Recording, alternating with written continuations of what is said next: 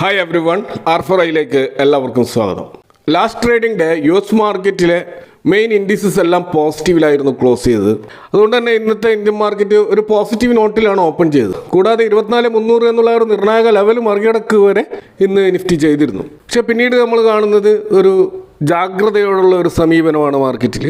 ഒരു ഘട്ടത്തിൽ നിഫ്റ്റി 24,144 എന്ന ലോ വരെ ക്രിയേറ്റ് ചെയ്തിരുന്നു. ഫൈനലായിട്ട് നമ്മൾ കാണുന്നത് 24,219 നിഫ്റ്റി ക്ലോസ് ചെയ്തിരിക്കുകയാണ്. അപ്പോൾ അവസാന നിമിഷത്തിലുണ്ടായിട്ടുള്ള ആ ഒരു ഓപ്ഷൻ സെഷനിലാണ് ശക്തമായൊരു തിരിച്ചുവരവോടെ 24,200 നിഫ്റ്റി എത്തിയത്. അപ്പോൾ മൊത്തത്തിലൊരു ഫ്ലാറ്റ് ക്ലോസിംഗ് ആണ് ഇന്ന് നിഫ്റ്റിയിൽ ഉണ്ടായിട്ടുള്ളത്.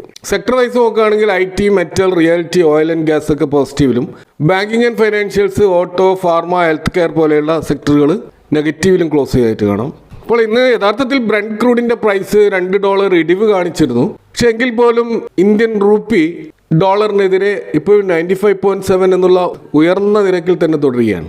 അതേപോലെ ഗോൾഡിൻ്റെ പ്രൈസും ഡോളർ ടേംസിൽ പെർ ഔൺസ് 4,600 എന്ന റേഞ്ചിലും ഉയർന്ന നിരക്കിൽ തുടരുകയാണ്. അപ്പോൾ ഇന്ന് വരാൻ പോകുന്ന അമേരിക്കൻ ട്രഷറി സെക്രട്ടറി സ്കോട്ട് ബെസന്റിൻ്റെ പ്രസ് കോൺഫറൻസിൽ ഇറാനെതിരെയുള്ള പുതിയ സാങ്ഷൻസിന് അവർ പേരിട്ടിരിക്കുന്നത് എക്കണോമിക് D-Day എന്നാണ്. അപ്പോൾ ഇറാൻ്റെ ക്രൂഡ് ഓയിലിൻ്റെ ട്രേഡിങ്ങിൻ്റെ ഹിഡൻ ആയിട്ടുള്ള ആ ഒരു ഡിസ്ട്രിബ്യൂഷൻ ശൃംഖലകൾ ഇല്ലാതാക്കുകയും അവരുടെ വിദേശ അക്കൗണ്ടുകൾ മരവിപ്പിക്കുകയും അതുപോലെ മണി എക്സ്ചേഞ്ചുകളും അതുപോലെ തന്നെ അവരുടെ ഫ്രണ്ട് കമ്പനികളെയും പൂർണ്ണമായിട്ടും തടയാനാണ് US ലക്ഷ്യമിടുന്നത്. അപ്പോൾ ഇറാനിൽ നിന്ന് എണ്ണ വാങ്ങുന്നതോ അല്ലെങ്കിൽ ഇറാനുമായിട്ട് ട്രേഡ് ഡീലൊക്കെ നടത്തുന്നതോ ആയ മറ്റ് രാജ്യങ്ങൾക്കെതിരെയും അവിടുത്തെ ബാങ്കുകൾക്കെതിരെയും കർശന നടപടി ഉണ്ടാകുമെന്നും ഈ ഒരു പുതിയ സാങ്ഷൻസിൽ പറയുന്നുണ്ട്. അപ്പോൾ ഇത് ചൈനയുടെ മേൽ വമ്പിച്ച ഒരു സമ്മർദ്ദം ചെലുത്തിയിരിക്കുകയാണ്. കാരണം ഇറാൻ്റെ എണ്ണയുടെ 80% വാങ്ങുന്നത് ചൈനയാണ്. അമേരിക്കയുടെ ഈ നീക്കത്തിനോട് സഹകരിക്കാൻ സ്കോട്ട് ബെസന്റ് പരസ്യമായിട്ട് ചൈനയോട് ആവശ്യപ്പെട്ടതായിട്ട് കാണാം. എന്നാൽ ഇറാൻ്റെ വിദേശകാര്യ മന്ത്രാലയവും സെക്യൂരിറ്റി കൗൺസിലും US-ൻ്റെ ഈ ഒരു നീക്കത്തെ അവജ്ഞയോടെ തള്ളിക്കളയാനുണ്ടായത്. ഉപരോധങ്ങളെ പ്രതികരിക്കാൻ തങ്ങൾക്ക് മുൻ പരിചയമുണ്ടെന്നും അയൽ രാജ്യങ്ങൾ ഇതിൽ പങ്കാളികളായാൽ കടുത്ത പ്രത്യാഘാതം നേരിടേണ്ടി വരുമെന്നുമൊക്കെ ഇറാൻ മുന്നറിയിപ്പ് നൽകുന്നുമുണ്ട്. അപ്പോൾ ഈ ഒരു സാങ്ഷൻസിന് എക്കണോമിക് D-Day എന്ന പേരിടാനുള്ള ഒരു കാരണം നമ്മൾ നോക്കിക്കഴിഞ്ഞാൽ അതിന് ചരിത്രപരമായിട്ടുള്ള അല്ലെങ്കിൽ ഹിസ്റ്റോറിക്കലായിട്ടുള്ള ഒരു റെഫറൻസ് ഉണ്ട്. കാരണം 2ാം ലോകമഹായുദ്ധത്തിൽ ഈ സഖ്യകക്ഷികൾ നാസി ജർമ്മനിക്കെതിരെ നടത്തിയ ഏറ്റവും വലിയ സൈനിക ആക്രമണ ഘട്ടമാണ് D-Day എന്ന പേരിൽ അറിയപ്പെട്ടത്. ചരിത്രത്തിൽ ഏറ്റവും നിർണായകവും അന്ത്യവുമായ ഒരു സൈനിക ആക്രമണമായിരുന്നു D-Day. അപ്പോൾ അതിനനുകരിച്ചുകൊണ്ട് ഇതൊരു സാധാരണ ഉപരോധമല്ല, മറിച്ച് ഇറാൻ്റെ സാമ്പത്തിക അടിത്തറ പൂർണ്ണമായിട്ട് തകർക്കാൻ പോകുന്ന ഫൈനലായിട്ടുള്ള ഒരു ഫൈനാൻഷ്യൽ അറ്റാക്കാണെന്നാണ് US ഭരണകൂടം സൂചിപ്പിക്കുന്നത്. അപ്പോൾ നേരിട്ടുള്ള വൻതോതിലുള്ള സൈനിക ആക്രമണങ്ങൾക്ക് മുതിരാതെ എണ്ണക്കടത്ത്, അതുപോലെ ബാങ്കിങ്, ഫ്രണ്ട് കമ്പനികൾ, അന്താരാഷ്ട്ര ട്രേഡിംഗ് എന്നിവ പൂർണ്ണമായിട്ടും അടച്ചുപൂട്ടിക്കൊണ്ട് ഇറാൻ്റെ ആ ഒരു ഫിനാൻഷ്യൽ സോഴ്സ് പൂർണ്ണമായിട്ട് നിശ്ചലമാക്കുക എന്ന ഒരു തന്ത്രമാണ് ഇതിലൂടെ അമേരിക്ക ഉദ്ദേശിക്കുന്നത്. ഏതായാലും ഇത് ഇറാൻ US-ൻ്റെ ആ ഒരു ക്രൈസിസ് കൂടുതൽ സങ്കീർണമാക്കുകയും അത് കൂടുതൽ എലവേറ്റ് ചെയ്യാനുള്ള ഒരു അവസ്ഥയിലേക്കാണ് ഇപ്പോൾ കൊണ്ടുപോകുക എന്നാണ് നമുക്ക് മനസ്സിലാക്കാൻ കഴിയുന്നത്. ഇനി നമ്മൾ ഇന്ന് ഇന്ത്യ ഗവൺമെൻറ്റിൻ്റെ പുതുതായിട്ട് വന്നിട്ടുള്ള ഒരു PLI സ്കീമിനെ കുറിച്ച് പറയുകയാണെങ്കിൽ, ഈ ഇന്ത്യയിലെ ഇലക്ട്രോണിക്സ് ഉൽപ്പാദനം പ്രോത്സാഹിപ്പിക്കുന്നതുമായി ബന്ധപ്പെട്ട് പ്രത്യേകിച്ച് മൊബൈൽ ഫോൺ മാനുഫാക്ചറിങ് സ്കീമിനെ കോൺസെൻട്രേറ്റ് ചെയ്തുകൊണ്ടുള്ള ഒരു PLI സ്കീമാണിത്. 62,500 കോടിയുടെ ഒരു ബജറ്റാണ്. 5 വർഷം കൊണ്ട് ആണ് ഈ ഒരു PLI സ്കീമിൻ്റെ ലക്ഷ്യം കൈവരിക്കാൻ ഉദ്ദേശിക്കുന്നത്. അപ്പോൾ വെറും ഫോൺ അസംബ്ലിങ്ങിനും അപ്പുറം അത് തദ്ദേശീയമായിട്ടുള്ള ടെലിഫോൺ ബ്രാൻഡുകൾ വളർത്തിയെടുക്കുക എന്നുള്ളതാണ് ഇതിൻ്റെ ഉദ്ദേശം. ഈ സ്കീം അനുസരിച്ചിട്ട് രാജ്യത്തെ ഇലക്ട്രോണിക്സ് മൊബൈൽ നിർമ്മാണം നടത്തുന്ന അർഹരായിട്ടുള്ള മാനുഫാക്ചേഴ്സിന് അവർ നിലവിലുള്ള അവസ്ഥയിൽ നിന്നും കൂടുതലായിട്ട് ഉൽപ്പാദനം വർദ്ധിപ്പിച്ചുകൊണ്ട് നടത്തുന്ന സെയിൽസിൻ്റെ 2.25% മുതൽ 5% വരെ ഗവൺമെൻറ് സാമ്പത്തിക സഹായം നൽകും.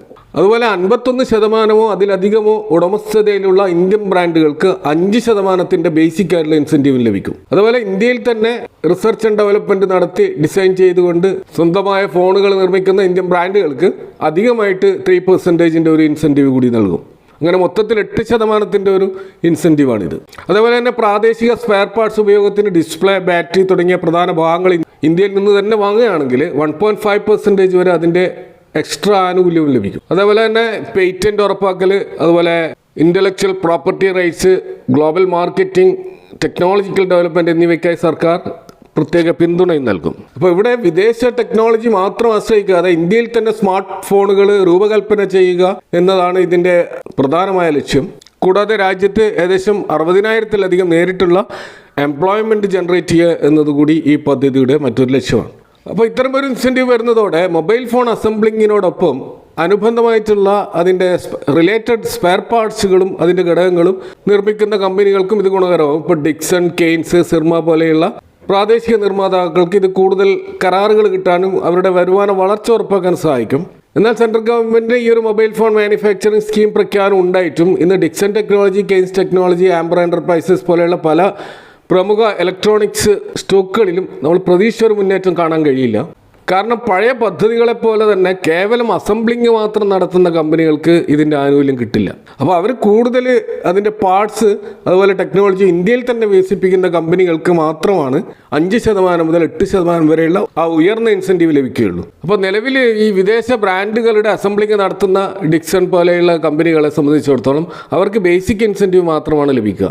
എന്നാൽ വിദേശ ബ്രാൻഡുകൾക്ക് സാധനങ്ങൾ നിർമ്മിച്ചു നൽകുന്ന വെറുമൊരു അസംബ്ലിംഗ് കമ്പനി എന്നതിനപ്പുറം സ്വന്തമായി ഡിസൈനിങ്ങും തദ്ദേശീയമായ നിർമ്മാണവും നടത്തുന്ന ഓപ്റ്റിമസ് ഇൻഫ്രാകോം പോലെയുള്ള കമ്പനികളിൽ ഇതിൻ്റെ ആ ഒരു 8% എന്നുള്ള മുഴുവനായിട്ടുള്ള PLI സ്കീമും കിട്ടാനുള്ള സാധ്യതയുണ്ട്. അപ്പോൾ അതുകൊണ്ടാണ് ഇന്ന് ആ സ്റ്റോക്കിൽ ഏകദേശം 9% ഒരു റാലി നടന്നതായിട്ട് കാണാം.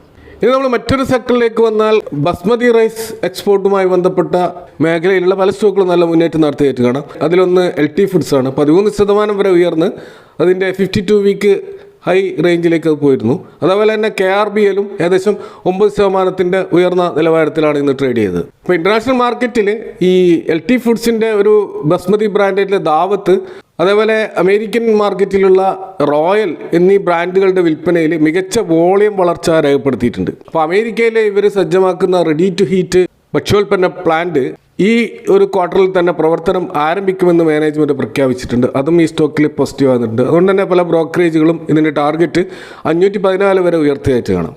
അതേപോലെ KRBL അവരുടെ എക്സ്പോർട്ടിലുണ്ടായിട്ടുള്ള വമ്പിച്ച വോളിയം ഗ്രോത്താണ് ഇന്നൊരു മുന്നേറ്റത്തിന് കാരണമായത്. അപ്പോൾ ഇവരുടെ വെസ്റ്റ് ഏഷ്യൻ മേഖലയിലുള്ള ഷിപ്പിങ്ങിൻ്റെ ആ ഒരു തടസ്സങ്ങൾ മാറുന്നതോടെ വരും ക്വാർട്ടറിൽ എക്സ്പോർട്ട് വോളിയം വലിയ തോതിൽ വർദ്ധിക്കുമെന്നുള്ള ഒരു കോൺഫിഡൻസ് ആണുള്ളത്. അവരുടെ ബസ്മതി ബ്രാൻഡായിട്ടുള്ള India gate 10% domestic volume growth ഉണ്ടാക്കാൻ സാധിച്ചിട്ടുണ്ട്. ഇവിടെയും ചില ബ്രോക്കിംഗ് ഏജൻസികൾ ഇതിൻ്റെ ടാർഗറ്റ് 461 എന്ന രീതിയിൽ ഉയർന്ന ടാർഗറ്റ് നിശ്ചയിച്ചതായിട്ടും കാണാം. ഇതൊക്കെയാണ് ഈ സ്റ്റോക്കിൽ ഒരു മുന്നേറ്റത്തിന് ഇന്ന് കാരണമായിട്ടുള്ളത്. ഇതേപോലെ ഇന്ന് ഏകദേശം 13% വരെ ഇൻട്രാഡേയിൽ താഴോട്ടേക്ക് പോയ ഒരു സ്റ്റോക്കാണ് BLS ഇൻ്റർനാഷണൽ. അൾജീരിയയിലെ സ്പാനിഷ് കോൺസുലേറ്റുമായി ബന്ധപ്പെട്ട് നടന്ന ഒരു വ്യാജ ഷെങ്കൻ വിസ തട്ടിപ്പ് കേസിലെ അന്വേഷണം സ്പാനിഷ് നാഷണൽ കോർട്ട് BLS ഇൻ്റർനാഷണലിലേക്കും വ്യാപിപ്പിച്ചതായിട്ട് ദ ഒബ്ജക്റ്റീവ് എന്ന് പറയുന്ന ഒരു സ്പാനിഷ് മീഡിയ റിപ്പോർട്ട് ചെയ്തിരുന്നു. അപ്പോൾ വ്യാജ രേഖകൾ നൽകിയവർക്കും അർഹതയില്ലാത്തവർക്കും കൈക്കൂലിയുമായിക്കൊണ്ട് മുൻഗണനാക്രമത്തിൽ വിസ നിയമനങ്ങളും പ്രോസസ്സിങ്ങും നൽകിയെന്ന അന്വേഷണ ഏജൻസിയുടെ കണ്ടെത്തൽ അതിന് ഈ BLS പോലെയുള്ള പ്രോസസ്സിംഗ് പ്ലാറ്റ്ഫോമുകൾക്ക് പങ്കുണ്ടെന്നാണ് കോടതിയിൽ സമർപ്പിച്ച റിപ്പോർട്ടിലുള്ളത്. അപ്പോൾ ഈ വിസ ആപ്ലിക്കേഷൻ പ്രോസസ്സിംഗ് രംഗത്തുള്ള പ്രമുഖ ഏജൻസിയായിട്ടുള്ള BLS അവർക്ക് സ്പെയിൻ എക്സ്റ്റേണൽ മിനിസ്ട്രിയുമായി ബന്ധപ്പെട്ട് വലിയ കോൺട്രാക്റ്റുകൾ ലഭിച്ചിരുന്നു. അപ്പോൾ ഇത്തരമൊരു ഗ്ലോബൽ കോൺട്രാക്റ്റിൽ അന്വേഷണം വരുന്നത് ഭാവിയിലെ ഇവരുടെ ബിസിനസ്സിനെയും ലൈസൻസുകളെയും പുതിയ ടെൻഡറുകളെയും ബാധിച്ചേക്കാമെന്നുള്ള ഒരു ഭയമാണ് ഇൻവെസ്റ്റേഴ്സിൻ്റെ ഇടയിലുള്ളത്. എന്നാൽ ഇതിന് കൃത്യമായൊരു വിശദീകരണം BLS ഇൻ്റർനാഷണൽ NSEയിലും BSEയിലും നൽകിയതായിട്ട് കാണാം. അതായത് ഈ ഒരു തട്ടിപ്പിലോ ഈ ഒരു ക്രമക്കേടിലോ കമ്പനിക്കോ കമ്പനി ജീവനക്കാർക്കോ യാതൊരുവിധ പങ്കുമില്ലെന്നും ശക്തമായിട്ട് അതിനെ നിഷേധിക്കുകയും ചെയ്തിട്ടുണ്ട്. വിസ അനുവദിക്കണമോ നിരസിക്കണോ എന്ന് തീരുമാനിക്കുന്നത് അതാത് രാജ്യങ്ങളിലെ നയതന്ത്ര ഉദ്യോഗസ്ഥരാണ്. അപ്പോൾ BLS ചെയ്യുന്നത് തങ്ങളുടെ കയ്യിൽ ലഭിക്കുന്ന രേഖകൾ ആ ഒരു അപ്ലിക്കേഷൻസ് അതേ രീതിയിൽ തന്നെ അഡ്മിനിസ്ട്രേറ്റീവ് തലത്തിലേക്ക് കൈമാറുന്ന ഒരു പണി മാത്രമാണ് BLS ചെയ്യുന്നത്. അപ്പോൾ അതിൻ്റെ ഫൈനൽ ഡിസിഷൻ എടുക്കുന്നത് അതാത് രാജ്യത്തിൻ്റെ നയതന്ത്ര അതോറിറ്റീസാണ്. ആ രീതിയിലുള്ളൊരു വിശദീകരണമാണ് BLS നൽകിയിരിക്കുന്നത്. എന്തായാലും ഒരുപക്ഷെ ഈ അന്വേഷണം പൂർണ്ണമാകുമ്പോൾ BLSൻ്റെ നിരപരാധിത്വം തെളിയിക്കപ്പെട്ടാൽ ഈ സ്റ്റോക്ക് തിരിച്ചു വരാനുള്ള ഒരു സാധ്യതയാണ് നമ്മൾ കാണുന്നത്. അതുപോലെ ഇന്നത്തെ ട്രേഡിംഗ് ഡേയിൽ ശക്തമായി മുന്നേറിയ ഒരു സ്റ്റോക്കാണ് വിശാൽ മെഗാ മാർട്ട്. ഏകദേശം 10% ഒരു അപ്പർ സർക്യൂട്ടിലേക്ക് ഈ സ്റ്റോക്ക് പോയിരുന്നു. അപ്പോൾ കമ്പനിയുടെ മാനേജിംഗ് ഡയറക്ടറും CEOയുമായിട്ടുള്ള ഗുണീന്ദർ കപൂറിന് അടുത്ത 5 വർഷത്തേക്ക് കൂടി ആ ഒരു തസ്തികയിൽ തുടരാൻ ഡയറക്ടർ ബോർഡ് അംഗീകാരം നൽകിയിരിക്കുകയാണ്. അപ്പോൾ വിശാൽ മെഗാ മാർട്ടിന് ഇന്നത്തെ ഒരു വലിയ റീറ്റെയിൽ ശൃംഖലയായി മാറ്റുന്നതിൽ നിർണായക പങ്കുവഹിച്ചിട്ടുള്ള ഈ CEO തുടരുന്നത് തീർച്ചയായിട്ടും ഇൻവെസ്റ്റേഴ്സിൻ്റെ ആത്മവിശ്വാസം വർദ്ധിപ്പിച്ചിട്ടുണ്ട്. അപ്പോൾ വിശാൽ മെഗാ മാർട്ടിന് മോർഗൻ സ്റ്റാൻലി പോലെയുള്ള ഇൻ്റർനാഷണൽ ബ്രോക്കറേജ് ഓവർ വെയിറ്റ് എന്നുള്ള ഒരു റേറ്റിംഗ് ആണ് നൽകിയിരിക്കുന്നത്. അതുപോലെ ടാർഗറ്റ് വിലയും ഉയർത്തതായിട്ട് കാണാം. അതുപോലെ അടുത്തിടെ വന്നിട്ടുള്ള ഇവരുടെ Q1 റിസൾട്ടിൽ മികച്ച വളർച്ച രേഖപ്പെടുത്തിയിരുന്നു. അപ്പോൾ ഈ CEO തുടരുന്നത് കൊണ്ട് തന്നെ അടുത്ത ക്വാർട്ടറുകളിലും നല്ല റിസൾട്ട് ഈ കമ്പനി കൊണ്ടുവരും എന്നുള്ളൊരു പ്രതീക്ഷയാണ് ഇപ്പോൾ ഇൻവെസ്റ്റേഴ്സിനുള്ളത്. ഇനി നമ്മൾ ഇന്ന് IPO മാർക്കറ്റിൽ നിന്നും ലിസ്റ്റ് ചെയ്യപ്പെട്ട 2 സ്റ്റോക്കുകളിലേക്ക് വന്നാൽ ഒന്ന് ലളിത ജ്വല്ലറി മാർട്ടാണ്. 201 എന്നുള്ള ഇഷ്യൂ പ്രൈസിൽ ഉണ്ടായിരുന്ന ഈ സ്റ്റോക്ക് ലിസ്റ്റ് ചെയ്ത് 265 എന്നുള്ള പ്രൈസിലാണ്. ഏകദേശം 31% ഒരു ലിസ്റ്റിംഗ് ഗെയിൻ ഈ സ്റ്റോക്ക് നേടുകയുണ്ടായി. എന്നാൽ അതിനുശേഷം നല്ല പ്രോഫിറ്റ് ബുക്കിംഗ് സ്റ്റോക്കിൽ നടന്നിട്ടുണ്ട്. ഇപ്പോൾ ഫൈനലായിട്ട് നമ്മൾ ഇന്ന് ക്ലോസിംഗ് പ്രൈസ് കാണുന്നത് 248 എന്നുള്ള റേഞ്ചിലാണ്. അതുപോലെ മറ്റൊരു സ്റ്റോക്ക് ലിസ്റ്റ് ചെയ്യപ്പെട്ടിട്ടുള്ളത് ഹൊറൈസൺ ഇൻഡസ്ട്രിയൽ പാർക്സ് ആണ്. അപ്പോൾ ഇതിൻ്റെ ഗ്രേ മാർക്കറ്റിൻ്റെ പ്രകടനം വളരെ പുവറായിരുന്നു. അതുകൊണ്ട് തന്നെ അതേ രീതിയിലുള്ള ഒരു ഫ്ലാറ്റ് ലിസ്റ്റിംഗ് ആണ് ഈ ഒരു IPOയിൽ ഉണ്ടായിട്ടുള്ളത്.